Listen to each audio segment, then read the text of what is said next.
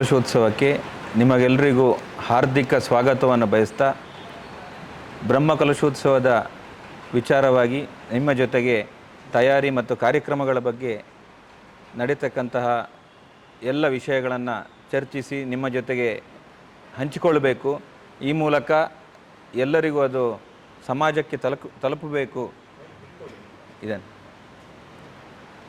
ಅನ್ನೋ ದೃಷ್ಟಿಯಿಂದ ಇವತ್ತಿನ ಈ ಪತ್ರಿಕಾಗೋಷ್ಠಿಯನ್ನು ಕರೆದಿದ್ದೇವೆ. ಇನ್ನು ಕೇವಲ 2 ದಿವಸ ಮಾತ್ರ ಉಳಿದಿದೆ. 30ನೇ ತಾರೀಕು ಪದ್ಯಾಣದ ಬ್ರಹ್ಮಕಲಶೋತ್ಸವ ಆರಂಭ, ಅಲ್ಲಿಂದ ಶುರುವಾಗಿ 6ನೇ ತಾರೀಕು ತನಕ ಬ್ರಹ್ಮಕಲಶೋತ್ಸವ ನಡೀಲಿಕ್ಕಿದೆ. 7ನೇ ತಾರೀಕು ಕಾರ್ಯಕರ್ತರ ಸಮಾವೇಶ ನಡೀಲಿಕ್ಕಿದೆ. ಈ ದೃಷ್ಟಿಯಿಂದ ಇವತ್ತಿನ ಪತ್ರಿಕಾಗೋಷ್ಠಿ ಪದ್ಯಾಣ ಮಾಲಿಂಗೇಶ್ವರ ಅಂತ ಹೇಳಿದರೆ ಈಶ್ವರನ ಹೂದೋಟದಲ್ಲಿರುವ ಮಾಲಿಂಗೇಶ್ವರ ಹೂದೋಟದಲ್ಲಿರುವಂಥದ್ದು ಪದ್ಯಾಣದಲ್ಲೇ. ಅಂಥ ಒಂದು 600 ವರ್ಷ ಇತಿಹಾಸವುಳ್ಳ ವಿಟ್ಲದ ಅರಸರಿಂದ ಸ್ಥಾಪಿಸಲ್ಪಟ್ಟ ದೇವಸ್ಥಾನಗಳಲ್ಲಿ ಪದ್ಯಾಣ ಕೂಡ ಒಂದು. ಈ ರೀತಿಯಾದಂಥ ಒಂದು ಹಿನ್ನೆಲೆ ಇರತಕ್ಕಂತಹ ಮಾಲಿಂಗೇಶ್ವರ ದೇವಸ್ಥಾನದ ಜೀರ್ಣೋದ್ಧಾರ ಬ್ರಹ್ಮಕಲಶ ಈಗ ಒಂದು ಹಂತಕ್ಕೆ ಬಂದು ಬ್ರಹ್ಮಕಲಶೋತ್ಸವಕ್ಕೆ ತಲುಪಿದ್ದೇವೆ. ನಾವು ಅತ್ಯಂತ ಸುಂದರವಾದ ಹಳ್ಳಿಯ ಪರಿಸರದಲ್ಲಿರುವಂತಹ ಸುತ್ತ ಬಾಳೆ, ತೆಂಗು, ಅಡಿಕೆ, ಇದರಿಂದ ಶೃಂಗಾರ ನೈಸರ್ಗಿಕವಾಗಿ ಮಾಡಿಕೊಂಡಂತಹ ಈಶ್ವರನ ಸನ್ನಿಧಿ ತುಂಬ ಶಕ್ತಿ ಹಾಗೂ ಕಾರಣಿಕ ಇರುವಂತಹ ಒಂದು ಕ್ಷೇತ್ರ. ಇಲ್ಲಿ ಅನೇಕ ಜನ ಕಲಾವಿದರು, ಸಾಹಿತಿಗಳು, ಸಂಸ್ಕೃತಿಗೆ ಸಂಬಂಧಪಟ್ಟ ಹಾಗೆ ತುಂಬ ಸಮಾಜಕ್ಕೆ ಕೊಡುಗೆಯನ್ನು ಕೊಟ್ಟಂಥದ್ದು ನೀವೆಲ್ಲ ಕೇಳಿದ್ದೀರಿ. ಯಕ್ಷಗಾನ ಇರ್ಬೋದು, ಸಾಹಿತ್ಯ ಇರ್ಬೋದು, ಪದ್ಯಾಣ ಗಣಪತಿ ಭಟ್ರು, ಅದೇ ಈಗ ಚೈತನ್ಯ ಪದ್ಯಾಣ ಕೂಡ ಮುಂದುವರಿಸ್ಕೊಂಡು ಹೋಗ್ತಾ ಇದ್ದಾರೆ. ಹೀಗೆ ಅತ್ಯಂತ ಒಂದು ವಿಶಿಷ್ಟವಾದಂತಹ ಹಿನ್ನೆಲೆ ಉಳ್ಳಂಥ ಒಂದು ಕ್ಷೇತ್ರ. ಇಲ್ಲಿಯ ಬ್ರಹ್ಮಕಲಶೋತ್ಸವ ನಡೀಲಿಕ್ಕಿದೆ. ಈ ಬ್ರಹ್ಮಕಲಶೋತ್ಸವದ ತಯಾರಿ ತುಂಬ ಸುಂದರವಾಗಿ ಕಲ್ಪನೆಯೊಂದಿಗೆ ಬರ್ತಾ ಇದೆ. ಇಲ್ಲಿ ಸುಮಾರು ದಿನಕ್ಕೆ 10,000 ಜನ ಭಕ್ತಾದಿಗಳು ಬಂದು ದರ್ಶನ ಮಾಡಿ ಈ ಕಾರ್ಯಕ್ರಮದಲ್ಲಿ ಭಾಗವಹಿಸುವಂತಹ ನಿರೀಕ್ಷೆಯನ್ನು ನಾವು ಇಟ್ಕೊಂಡಿದ್ದೇವೆ. ಈಗಾಗಲೇ ಹಲವಾರು ಉಪಸಮಿತಿಗಳನ್ನು ಮಾಡಿ ಸುಂದರೀಕರಣ ಹಾಗೂ ಅಲಂಕಾರ ಮತ್ತು ಬೇಕಾದಂತಹ ಮೂಲಭೂತ ಸೌಕರ್ಯಗಳನ್ನು ಕೂಡ ತಯಾರಿಗಳನ್ನು ಕೂಡ ಮಾಡಿಕೊಂಡು ಈಗ ಇದು ಬ್ರಹ್ಮಕಲಶಕ್ಕೆ ಸನ್ನದ್ಧವಾಗಿ ನಿಂತಿದೆ. ಕಾರ್ಯಕ್ರಮದಲ್ಲಿ ವಿಶೇಷತೆ ಏನು ಅಂತ ಹೇಳಿದರೆ, ಒಂದು ಅನೇಕ ಜನ ಸಂತರು ಈ ಕಾರ್ಯಕ್ರಮದಲ್ಲಿ ಭಾಗವಹಿಸಲಿಕ್ಕಿದ್ದಾರೆ. ಈಗಾಗಲೇ ನಿಮಗೆ ಮಾಹಿತಿಯನ್ನು ನಾವು ಕೊಟ್ಟಿದ್ದೇವೆ. ಈ ಸಂತರ ಮಾರ್ಗದರ್ಶನ, ದಿವ್ಯ ಸಾನ್ನಿಧ್ಯ, ಆಶೀರ್ವಚನಗಳು ನಮಗೆ ಕೇಳಲಿಕ್ಕೆ ಸಿಗ್ಬೋದು. ಅದರ ಜೊತೆಗೆ ಧಾರ್ಮಿಕ ಉಪನ್ಯಾಸ ಕೂಡ ನಡೀಲಿಕ್ಕಿದೆ.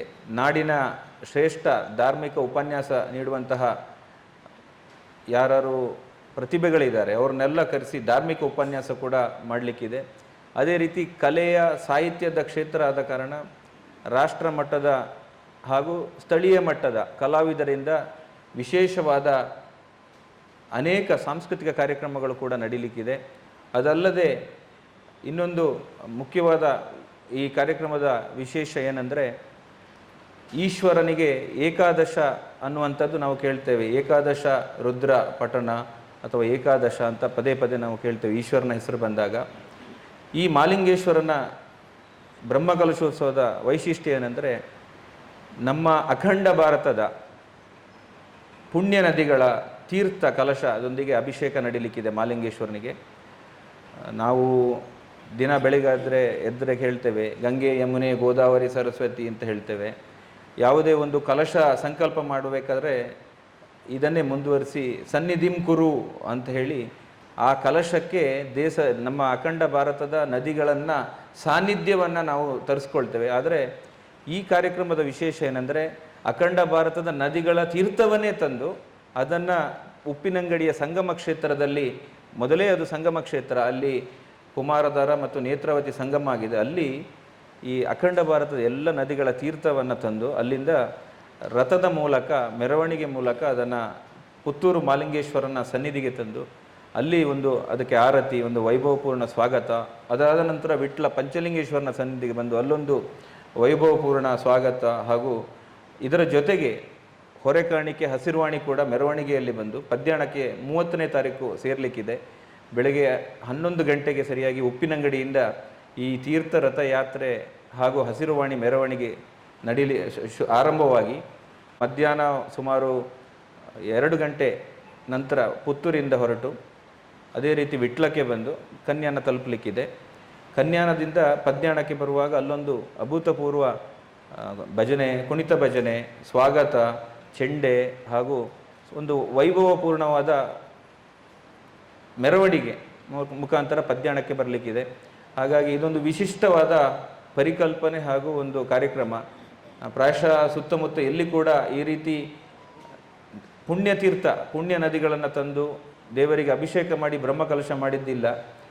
ಈ ದೇವಸ್ಥಾನಕ್ಕೆ ಈಗಾಗಲೇ ಇದು ತಾರುಣ್ಯದ ಹಂತದಲ್ಲಿರುವಂಥ ಒಂದು ಶಿವನ ಅವಸ್ಥೆ. ಆ ತಾರುಣ್ಯದ ಅವಸ್ಥೆಯಲ್ಲಿರುವಾಗ ಯೌವನದ ಅವಸ್ಥೆಯಲ್ಲಿರುವ ಶಿವ ಅಖಂಡ ಭಾರತದ ತೀರ್ಥವನ್ನು ತರಿಸ್ಕೊಂಡು ತನಗೆ ಬ್ರಹ್ಮಕಲಶವನ್ನು ಮಾಡಿಸ್ತಿರತಕ್ಕಂಥ ಈ ಸಂದರ್ಭದಲ್ಲಿ ನಮಗೆಲ್ಲ ಭಾಗವಹಿಸಲಿಕ್ಕೆ ಸಿಕ್ಕಿರುವಂಥದ್ದು ನಮ್ಮದೆಲ್ಲರದ್ದು ಒಂದು ಅವಕಾಶ, ನಮ್ಮದೆಲ್ಲ ಒಂದು ಪುಣ್ಯವೇ ಸರಿ.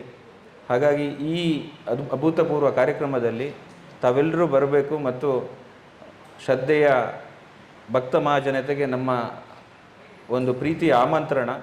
ಮತ್ತು ಈ ಕಾರ್ಯಕ್ರಮದ ಬಗ್ಗೆ ಎಲ್ರಿಗೂ ನೀವು ಇದನ್ನು ಮನವರಿಕೆ ಮಾಡಿ ಪ್ರಚಾರವನ್ನು ಕೊಟ್ಟು ಅವರನ್ನೆಲ್ಲ ಬರುವ ಥರ ಒಂದು ಜಾಗೃತಿಯನ್ನು ಮೂಡಿಸಬೇಕು ಅಂತ ನಿಮ್ಮಲ್ಲಿ ಒಂದು ಪ್ರಾರ್ಥನೆ. ಇದರ ಜೊತೆಗೆ ಇನ್ನೇನಾದರೂ ನಿಮಗೆ ಪ್ರಶ್ನೆಗಳಿದ್ದರೆ ಅದನ್ನು ಕೂಡ ತಾವು ಕೇಳಬಹುದು.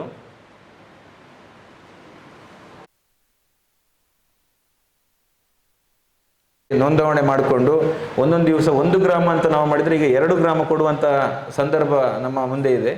ಹಾಗೆ ಒಂದು ದಿವಸ 1 ಗ್ರಾಮದವರ ಪೂರ್ತಿ ಸೇವೆ ಇರ್ತದೆ. ಬೆಳಿಗ್ಗೆ ತಿಂಡಿ ಅಥವಾ ಕಾರ್ಯಕ್ರಮ ಬೆಳಿಗ್ಗೆ ಏನು ಶುರುವಾಗ್ತದೆ ನಿತ್ಯದ್ದು ದಿನಚರಿ, ಬೆಳಗ್ಗೆಯಿಂದ ರಾತ್ರಿ ತನಕ 1 ಗ್ರಾಮದ್ದು ಅಂತ ಗ್ರಾಮ ಗೌರವ ಅನ್ನುವಂಥ ಕಲ್ಪನೆ.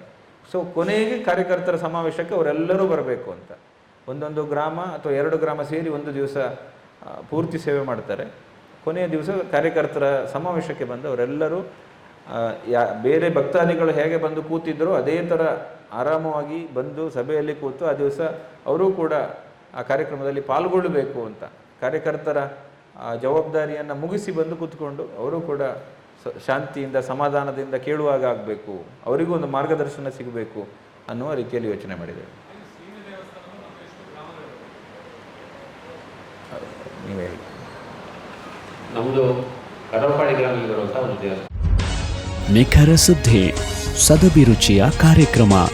ನೀವು ನೋಡ್ತಾ ಇದ್ದೀರಾ ಕಹಳೆ ನ್ಯೂಸ್, ಸಮಾಜದ ಜಾಗೃತಿಗಾಗಿ ವಸ್ತುನಿಷ್ಠ ವರದಿ.